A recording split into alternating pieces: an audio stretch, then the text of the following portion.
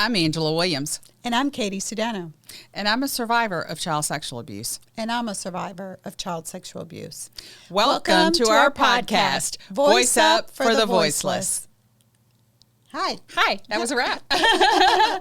So I'm excited. This is our second podcast. Our second one. Yes. And here we are again. So our first podcast, everybody got to know a little more about me, a little more about the path I've walked, we're doing, the podcast, yeah. So if you're just tuning in with us, Katy and I are dear friends, and God has called us to this mission of really giving a voice to the issue of child sexual abuse. And hopefully to provide tips and prevention tools and resources too for people who have unfortunately been through any type of abuse actually. So. Yeah, and to give survivors a voice, like to be able to come on and tell their story. Yeah. Stories are so different. They're also heartbreaking, but they're so different, and that will help our society just learn more about this issue that's so stigmatized and so taboo and so difficult to talk about. And we get it. Like, it's not easy to be on here and tell our stories, but we feel that we need to. We're called to do it. So absolutely. Yeah. I hope you enjoyed our first podcast, and if you didn't get a chance to tune in, you can just do a couple of clicks and find it. But this is episode number 2, and we're going to dive in and get to know more about Katy today, which I'm excited. And y'all see she's gorgeous from the top of her head to the bottom of her feet. Thank you. It takes one to know one, but thanks. Wow. And gorgeous on the outside, but also gorgeous on the inside. My Katy has such a beautiful spirit and just lights up a room when she walks in. So, gotta cry. Thank you. Thank you. I appreciate that. And, I appreciate us doing this together. And I just want to preface that, I wouldn't be here today so strong and convicted in this purpose and plan that God has for us if it wasn't for you. So thanks. I do tend to light a fire into people, don't I? A fire, a volcano. Yeah. A lot of things. Some people say I suck the oxygen out of the room, but that's okay. No, that's all right. It's all good. It's all for a good cause. It's for a good cause. And, sometimes us survivors, we kind of need a little kick in the hiney, Yeah. So, because it's scary. It's scary to put yourself out there. And we're just, there's so much shame and guilt associated around abuse of any kind, I think, but especially child sexual abuse. It's hard to come out and talk about it. And before we came on the show today, we were kind of talking about kind of the haters out there and the people who leave nasty comments. So I just want to go on record saying, please don't leave us any nasty comments. If it's constructive criticism, by all means. If it's, we're happy to hear that. Yeah, and I have some quirks, we all do, but like I tend to, if you see me touching my hair a lot, that's me soothing. That's my way of trying to calm myself down when we're talking about something that could be triggering or could be very sensitive to my heart. So if you see me doing that, that's just my way of kind of calming myself down. And I know it can be annoying on camera, so I apologize, but that's just who I am. And better to see me soothing than to me like losing it. Yeah. Well, we talk about some hard things, guys, and don't think just because we're out here talking about it and we're smiling and we're laughing, we don't feel the heaviness of it, feel the weight of it. And we are doing this because we want our voices heard. We want to talk about this such a brutal and stigmatized and just taboo subject because we want to help. We want to help survivors.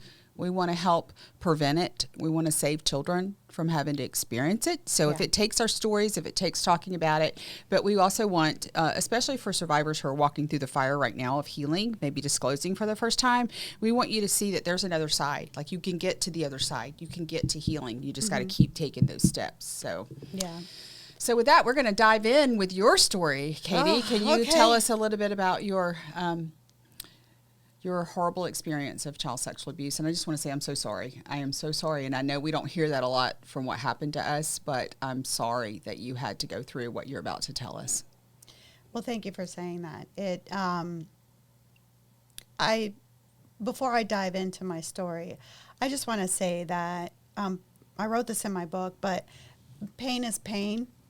And I certainly, when I hear stories and I tell my story is definitely, there's a lot in your story too.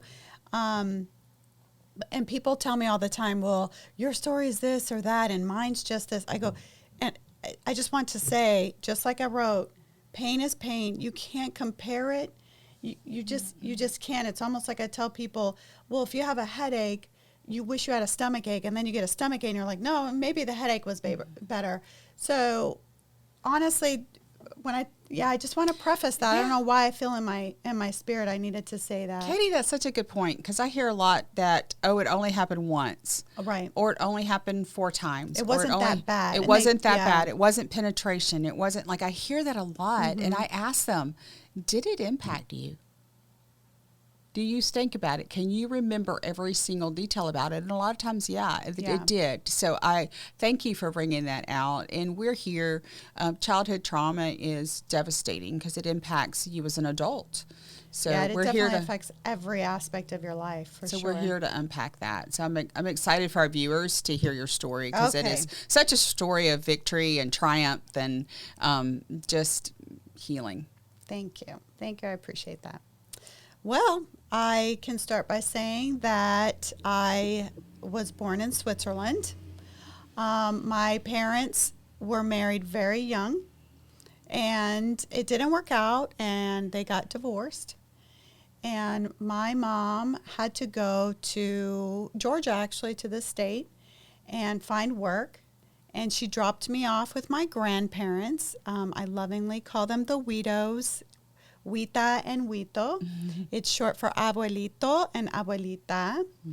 I was the first granddaughter, so I'm very proud to carry the honor that I started their nicknames. And my mom, had to leave me there with them so that she could find work and find us a place to stay. And that was my first trauma, even though please hear me, I don't want to blame anybody. But when you're that young, I think I was maybe almost 2 years old. But like your story, I remember the day she left like it was yesterday. And I, too, thought it was a dream. And I asked my grandmother, is this a dream I had? Or was the kitchen here and the carpet was like that? Like, I remember it perfectly. And she's like, no, you're not dreaming. That is actually the apartment that we were at, and which was in Panama City, Panama, the country, not Florida. And I remember being very sad and confused and lonely, even though it was with loving grandparents. But she was my mom, so she left. I was reunited again with her at 3, and she was working. She got a job at IBM as a secretary, and that's where she met my stepfather number 1. Peter was very charismatic. He was such a charming man. He was brilliant. He was tall. He commanded the room. He was like A+, for a stepfather and for my mom's new husband. He was very successful. He was very ambitious. And I'm saying all that kind of with a little sarcasm there, because a lot of times abusers tend to be the it person. Everybody loves them, how could he ever, so they get away with a lot more than I think people that might be a little different or quiet or, some people might say creepy. Yeah, well, you make a point of that. I think we're all looking for that scruffy guy in the trench coat. Yeah, and that's who the abuser is in our mind, but no, they look and act and are, our next door neighbor, our doctors, our lawyers. They're in every profession, every social, economic I'm almost category. More afraid of the handsome, great guy. I kind of let me get, I may have your number there, and let me just watch you a little bit. But anyway, so I was, I think, 4 when they got married. And we lived in Woodstock, Georgia, and I had a stepbrother, and that was his son. He actually had 3 children, but his oldest son lived with us. And then he got transferred to Boca Raton, Florida.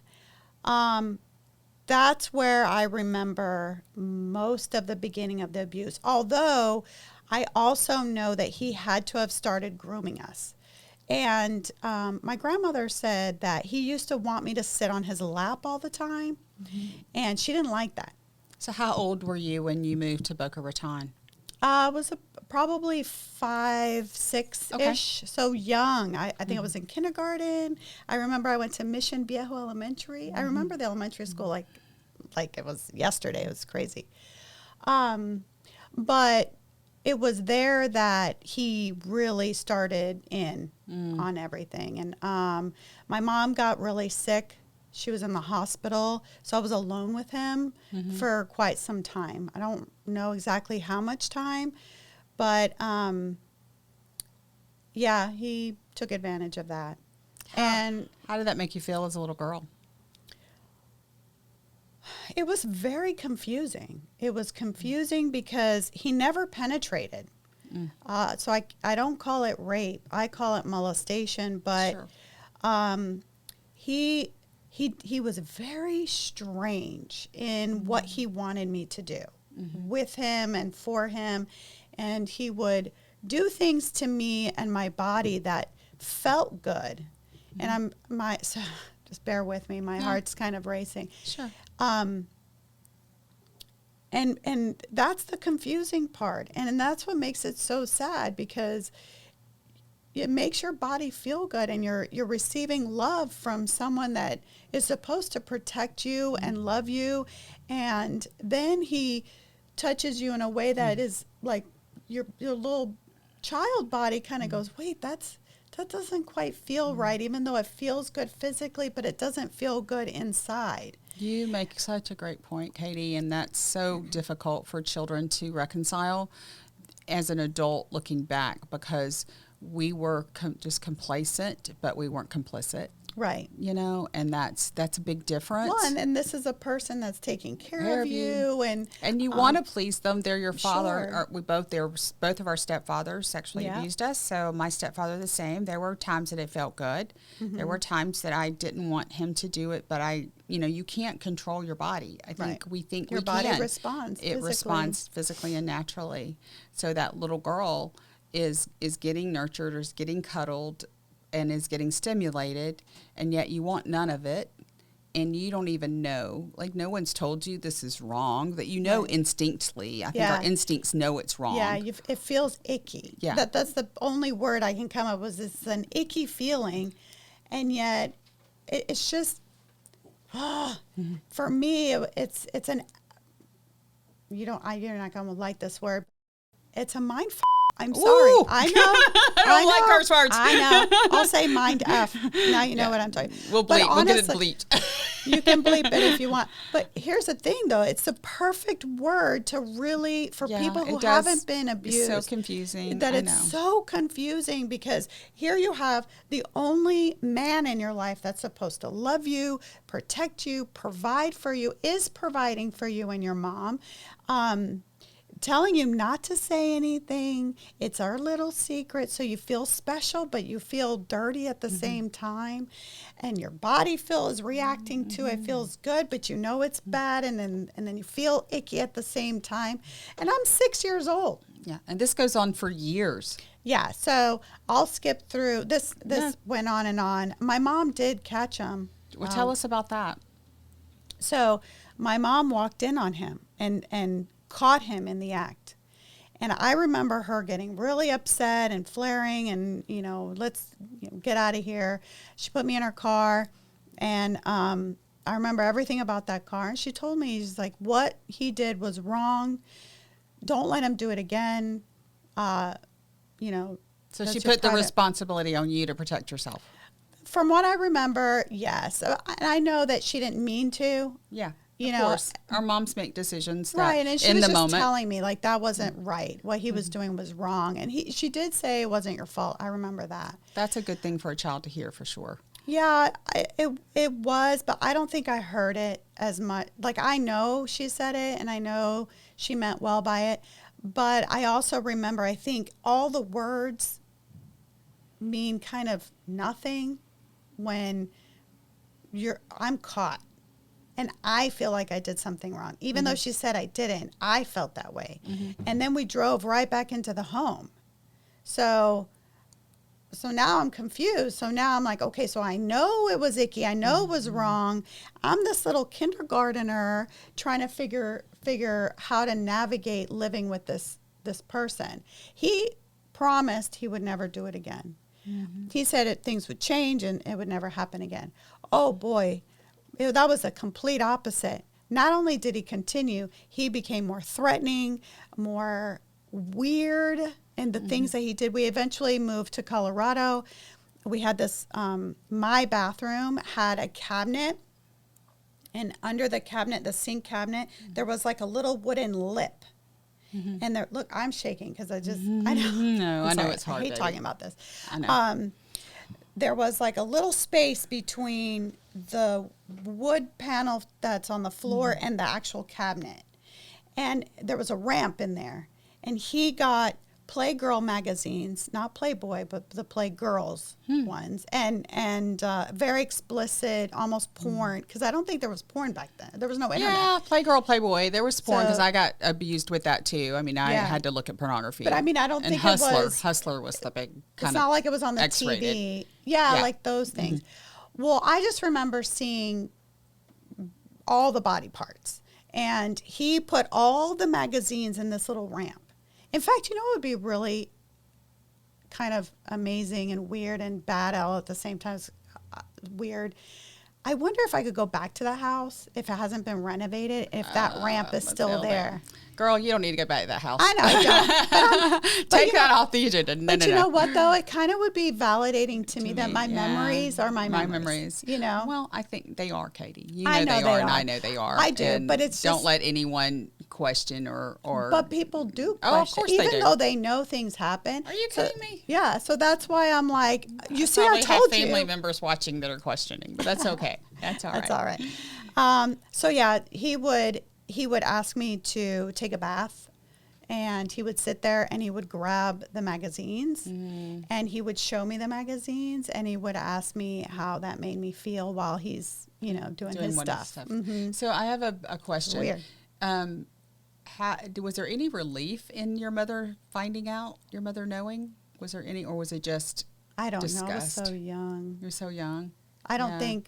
I know she has told me that we used to go to an Episcopalian church, and Father Patrick, which, if what I was told is true, I'm sorry, but I really had to forgive this priest because he basically told my mom that he could report it and she should report it, but if she does, and if they follow through, they would take me away and she would lose her, you know, they would put him in jail and she would lose her, you know, kind of her lifestyle, I guess. And, you know, so I think that's what stopped her from moving forward. And of course he got away with it. And that's why I think she may have discussed it, or the priest may have discussed it with him, and he felt obligated to. Now, if he wanted me to submit to his will, it was going to have to be based off of fear. And gotcha. Yeah, that's why it turned. So a priest basically told your mom just to keep quiet. I don't think that was his intent, but he was giving her the whole scenario of what could potentially happen, and it scared her into being quiet. So for our friends out there, there is no reason not to protect a child. There is absolutely no reason. Not your security, not your lifestyle, not your reputation, not what people may think. There is absolutely no reason not to step in and protect a child. Well, and that's another point, and this is something that we need to have a whole full-on podcast about, is the freaking victim shaming. Oh, yeah. Like, what is with the society right now? Victimizing the victim and shaming them into whatever. And I know that it's a control and it's a tactic, but we've got to wake up about that. Like, come on, let's just let's get all the facts before we go and, you know, blast on social media or make our judgments, because I would say 9.8 times out of 10, it's true. Oh yeah, because only who wants to come out here and talk about this? Statistically, less than 1% of children make that up, and usually they are coached. It may be a divorce situation, but that is less than 1% of reports, and we're talking millions of children. I mean, our statistics, they're not even correct because it goes unreported. 1 in 10 never tell anybody their whole life. 1 in 10 children that are sexually abused. Yeah. You know, most of the time they tell way into adulthood when they feel safe enough to tell or to disclose. But statistically, 1 in 4 girls and 1 in, the statistics are 1 in 7 boys, 1 in 13 boys, 1 in 20 boys. We know that boys. It seems like it changes monthly. It does change monthly. I understand that. One's too many. That's our posture. Exactly. That's our place right here. One's too many when we can stop it. Oh, sorry. Didn't mean to get excited and have some extra noise there. But Katy, I know it takes a lot of courage to tell this story, and the story continues. I want to hear more. Yeah, so just to fast forward, the abuse continued. It was, you hear about emotional abuse, verbal abuse, sexual abuse, but this was psychological abuse too, I think, just because of how he used me getting things and getting attention for his benefit. And so moving forward, I moved to Germany, and I think I was 12 years old when I moved. It was a difficult move for me because here I am, an American citizen, very American looking, in a very German school, and hardly anyone spoke English. And I'm 12, so I'm like in 6th, 7th grade, whatever. And it was tough to integrate into the school, being a new girl in a new country with a new language, new culture, and trying to navigate that, and while being sexually abused at home. Now, remember, I'm growing now. I'm developing. I'm becoming more of a woman. And even though I was small and skinny still, it wasn't enough for him. It was almost like pornography where, you start watching one thing and it's like it's not enough. And so they get desensitized very quickly, so they need more and more graphic. You need more. So I remember we were in our apartment, and it was a 3-bedroom apartment, and my mom wasn't feeling well. She was in another bedroom. And I don't remember, I blocked it out, so I don't remember what was going on, but I know he was about to hurt me. And it scared me, and I didn't want it to go any further. I had had enough. You know, you get to a point where it's like done. You're just done. You're depleted. I was very depressed, but on the outside, of course, I looked fine. I was always happy and pretended, and there were some great moments. So it wasn't always doom and gloom. It was just you never knew with him when he was going to want or require or what. And I never knew if he was going to give me something with the intention of something in return or not. Yeah. So it was almost like, okay, should I accept it? Should I not? Accept it. Yeah, because now I'm like 14. I'm totally on guard at all times. All the time. It's very energy draining for sure. So he was about to hurt me, and I was like, I've had enough. I ran to my mother's room, and I told her that he was hurting me or he had hurt me or something. I can't remember. And she's like, really? Like, I've watched you so closely. Like, what are you talking about? And I said, he's never stopped. He's always done this. And this is 6 years later. So for the following 6 years of the initial discovery. Yeah, so 7 years. Whatever. Yeah, it was some significant amount of time for sure, especially in a child's life. Yeah. I mean, that was a long time. And so she asked him, and he admitted to it. He's never been not honest. He's never been dishonest about it. And, the decision was made that she tells me she wanted to protect me. So she sent me back to my grandparents. And I know that her intent was good, and I know she wanted to protect me. But I felt abandoned. I felt like I was the problem again. I felt like the dirty girl. Wow. And she told me not to tell anybody. So that in itself made me believe that I was doing something wrong. Well, if you felt like me when I got through my suicide attempt and had to face my mother stood with my stepfather. So I think we are so similar in that they didn't choose us. They chose him over us. And that feeling of abandonment, that you are truly alone, is so difficult. And then having to go with, you go and you keep your mouth shut and you keep the secret. Keep the secret. For the look of the family, right? For the reputation of the family, for the protection of him, the abuser. Because really that's what she was saying is, I want to protect him, but you heard, I want to protect you. And again, so I don't, away. Just to clarify, I know that wasn't her heart intent. Of course. So I don't want to. I think they were in survival mode. I know my mom was in constant survival mode, and we love our mothers, and we.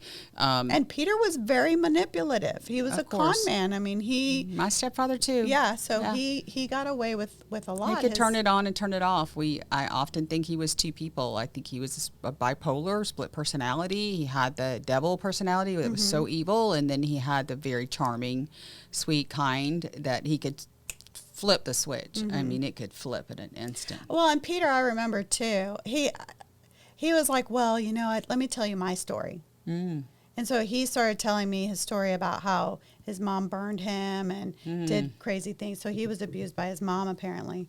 But you know, when you're 14, I don't care. I'm like, I'm hurting. It's all about me right now. Like, I don't care about you and what you went through. Of course, now I understand as an adult that, you know, obviously he was abusing because something happened to him. And, you know, I want to say I feel bad for him, but I don't. But, you know, and especially in that moment, and I'm an adult now too. So come on, you have a choice. Yeah, absolutely. We all have choices. A choice. You can go get help before you start harming other people. So I'm sorry. I don't have much sympathy when I hear people say they abused because they were abused. I mean, I get it, and it's heartbreaking, and I hate that for everybody. But we do know right and wrong. We do have a choice. You and I stopped the cycle. So we stopped the cycle. I didn't do anything, but yeah, unfortunately, there's been abuse still in my family. I know, but as far as we didn't abuse anybody, we did not. We stopped the cycle ourselves. No. So, is there anything else you want to share about your history of abuse? Well, unfortunately, because I had what I always say, I had a neon sign on my forehead, "Come and get me." I accepted Christ at a very young age when I was 12, and I believe that I know we have so many similar. It's so crazy. I believe that I was protected and guided, and there was a reverent fear of God in me that said there's something better, and I better do better. I better choose better. And I don't always choose better, but I didn't go down a road that could have really devastated my life. I made some, if you read my book, I did make some choices that altered my life in a significant way, but I didn't abuse drugs and alcohol and got into relationships for seeking love in the wrong places kind of thing. So I don't know why I chose it. I don't know how. I can only give credit to the fact that I was saved and I had Jesus in my heart. So I think that was a huge help in guiding me and figuring things out for me. But I still put myself in situations, and I shouldn't say that. Let me rephrase that. I was raped when I was 14. And it's hard for me because I do take responsibility for that because I went against my gut. But at the same time, I didn't ask for it. And I was attacked. No victim ever asked for it. And of course not, You were in such the wrong place at the wrong time and could not protect yourself. Well, and also my mental capacity to even realize, I probably, had I been a little more healthier emotionally, I probably would have recognized what this boy he was probably an 18-year-old college kid, what had intended. But I didn't pick up on those cues like I did. You would think we would be on guard and protective mode all the time, but I just wanted to be liked. I wanted to have fun. I was finally free from Peter, and I wanted to just be part of be noticed. We both want that to be noticed. And so I was attacked on the stairwell and I was raped, and it was pretty violent. And in fact, I never spoke about that until I went to your retreat. Never told anybody. Yeah, I think we just, like you said, we feel like we have that neon sign on our foreheads that says, I'm vulnerable, you can attack me. So many survivors have multiple experiences of sexual assault, domestic violence. And that's another cycle that we hope our podcast is going to speak into, and to be able to help give some good courage to know that you don't deserve to be abused, and to see those dangerous situations that oftentimes we don't see. We're walking into danger. But Katy, you have unpacked a lot, a lot. How do you feel like this has impacted, relationships? Oh, well, it's a weird mind thing for me, because I wanted desperately to feel part of a unit and a family, and I wanted that stability in my life, and I just wanted to be heard. So I can be very expressive and very dramatic. No. My laugh before my voice issues was very loud and kind of obnoxious, but it kind of drew people in, and I think I liked that. They made them laugh, and because of that, I think I did the opposite. I kind of pushed people away because I was too much for them. And I knew my family members either talked behind my back or rolled their eye. There was a lot of eye rolling. And, I wasn't an angel. I did my manipulations, and I lied to kind of pretend I was somebody I wasn't. And so I think I always knew that they called my bluff, like they could see through me, but I kept doing it.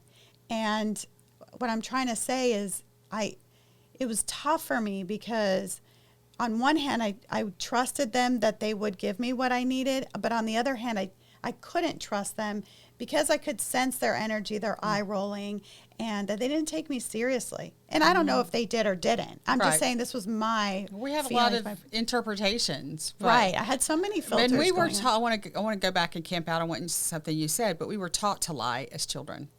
For sure. We were taught to keep the secret. So we bring right into adulthood. Right. And at some point, it gets so blurred on what kind of the white lies are and what are the big lies. And I honestly went through a season where I had told so many lies, like I didn't even know what was true anymore. And I would have to go back. I went through when I went through my really intense therapy at Charter, I had to stop if a lie came out of my mouth, and I had to tell someone, oh, that wasn't the truth. This is the truth. And you do that enough times, and you get humiliated. It's like, oh, I wasn't totally honest about that. Let me go back, and you have to break those cycles. You have to break those patterns. Yeah, for sure. It just I mean, I was told to be quiet, and then for so many years that you make up stories in order not to tell your truth. So, and it was better to be somebody else. Yeah. Because the other person wasn't dirty or... Yeah, I call it the mask. Shame. We put the mask on, right? For sure, yeah. And I say we're going to dive into this at some point in one of our podcasts. But, as children, you're so traumatized, and what you're going through is so devastating that you disassociate. Like, you build these little walls of amnesic barriers. You said they're parts of your childhood you don't remember. And I think God kind of helps us tuck those horrific memories behind that amnesic barrier. And as we grow and as we heal, that begins to get uncovered. And I tell survivors all the time, if God hasn't brought you back a memory, you don't need to remember it. Just leave it. Just leave it there. Like, don't even try, because it's hard. But some therapists have said that the underlying blocked memory is what's creating a potential issue in your life. So I don't know. That'll be interesting when we have someone on there that can have a therapist to help us. Yeah, to understand. Just kind of explain that more to us. But so I mean, my relationships were highly impacted. I never knew when the other shoe was going to drop. And then I got married to my first husband at 19 years old. Oh my goodness. And that was a whirlwind. It was a tornado of sorts, because I was so young. I honestly, looking back, it's like a blur. like, I know exactly what happened and I wrote about it, but at the same time, it's like, why did I do that? Like, thank God, because I have my first son, Andre, who's 29 now. I can't believe it. Oh, such a fine young man. Yeah, but it's just, but it does. The mind F really affects everything. I know, I'm being conscious of you. And it really just, I still question myself on some people. I do too. I do too. But how about your relationship with your husband? That's such a tough one. Well, so thank God for my husband, because he's a freaking rock. Like, he is solid, and he wanted to build a solid foundation in our marriage. And he's really a rock too. And he's very fit. He works out a lot. I have to admit, he's a cutie tootie. But yeah, so it was. He's very different from anyone I had ever dated or been associated with, because he's a straight arrow. He calls it like he sees it. He means what he says. He never beats around the bush. He never lies. If he tells you he's doing something, he really is doing it. And I wasn't used to that. Yeah. I was used to all the whatevers. So you couldn't really manipulate him, huh? Oh, no, I couldn't manipulate him. And he saw through my trauma. I don't think he quite understood the extent until 2020 when my book came out. Wow. Like, even then, we were married in 1998. We met in 1996. Wow. So imagine how many years he knew about the trauma. He helped me through it in his way. And thank goodness, because I was very grounded. He was able to pull me out of a victim mentality. And it was tough. It wasn't easy. We went through some really ups and downs. It was a roller coaster for him. And I did everything in my power to push this man away. Yeah. Like, sabotage galore, already, talking, just waiting for the other shoe to fall. That's my life. I push every button the man had to make him leave. And I did too. Phil actually pinned me down on the floor one time and said, I'm never leaving. We can be happy or we can be miserable, but I'm not leaving. So Nick said, you know what Nick said? He was the opposite. He's like, there's the door. Oh, wow. Like, I don't want to go to the door. Yeah. So he did that, and he meant it. He's like, hey, you don't want this? Leave. So tell me how it made you the woman you are today. Well, a lot of things happen. Of course, you have to go through the healing process. You have to go in there deep. You have to be vulnerable. The mask works only for so long. Yeah. And then you just have to shed it, and you have to walk through the pain. You have to walk through the shame. Actually, it's funny. One of my daughters, I'm going to start to cry. I lost it one day. I had a trigger of some, I don't even know what it was, but it was one of those things that just exploded, and it was her birthday. So I feel really bad about it. It's okay. I'm trying to find a Kleenex. It's okay. I'll get it together. Note to self, Kleenex is on our podcast. Go ahead. Thank you. You're so kind. I'll get it together, but I'll hold it just in case. It was her birthday, and I lost it. And I left my phone at home, and I took the keys, and I took the car, and I went away. And I purposely, our car has OnStar, and I did everything I could so they couldn't track me. And I wasn't going to go away to hurt myself or anything like that, but they didn't know that. Of course.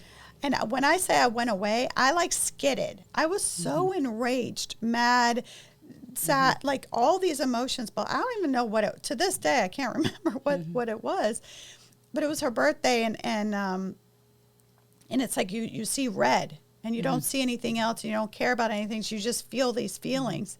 So I skidded away. I scared my neighbor to death because they were waiting at the bus stop, and I'm like, in this big car. And I actually just went down the road to a park and just sat there and just had to get this ick off of me, like cry and scream and just like, I'm like, get it together. Like, what is wrong with you, woman? Like, you're almost 50 years old. Like, what is wrong? And spent about a couple hours, maybe 2 or 3 hours in that car, just trying to get it together, praying and screaming and yelling and the whole thing. I get back home and I drive in. Everyone was like grateful to see me, but mad at the same time. And how could you do this to me on my birthday kind of thing? And once we all calmed down, she said something that was so profound. She looked at me and she goes, you know, you're so sad and so worried about everybody else in the family who don't support you, who don't love you, and we're right here. Oh, wow. Yeah. Powerful, Katy. Yeah. Powerful. And they're like, we love you. We support you. Like, just forget about them and focus on us. Amen. And let me tell you, that was a powerful moment for a mom, for me being a mom. And I realized right there just how blessed I am and how grateful I am to have my husband who helped me raise these incredible, powerful, independent women and son, that they had the audacity to talk to me that way. And thank God they did. Amen. Yeah. And Katy is really brave. She has 5 children. I'm not quite so brave. I have 2. And was good not to lose those 2. But Katy, tell us just the name of your book and how our viewers can get a hold of your book. It's called Truth Gives Strength to Wings. It's a tongue twister even for me. But if you read to the end, you'll understand what that title means. So. Oh, great. And they can get it on Amazon. Anywhere and online. We'll connect them to our website. Our podcast website is voiceup4, F-O-R, voiceupforyou.com. So we'll have our books on that website too. It's still we'll have a resource. And I just want to do a shout out to our amazing platinum corporate sponsor, Mesmerize Media, who thank you so much. just believed in us to begin to film this podcast. So we just love them. And you can find them on our corporate sponsor page on our website, Voice Up for You. So if you have any media needs, they're running a special right now. They're doing 20 reels for a very economical cost. So, contact them if you need some reels or some videos recorded, or if you want to start your own podcast. Katy, at the end of every show, we have kind of committed to doing a voice of inspiration. So do you have something that's very inspirational that you can share today? So my voice of inspiration is, even in the midst of darkness, there is light. Oof. Find that glimmer of light. Just take that one little light and own it, take it, and build it from there, because that light will shine brighter the more you focus on that and not the darkness.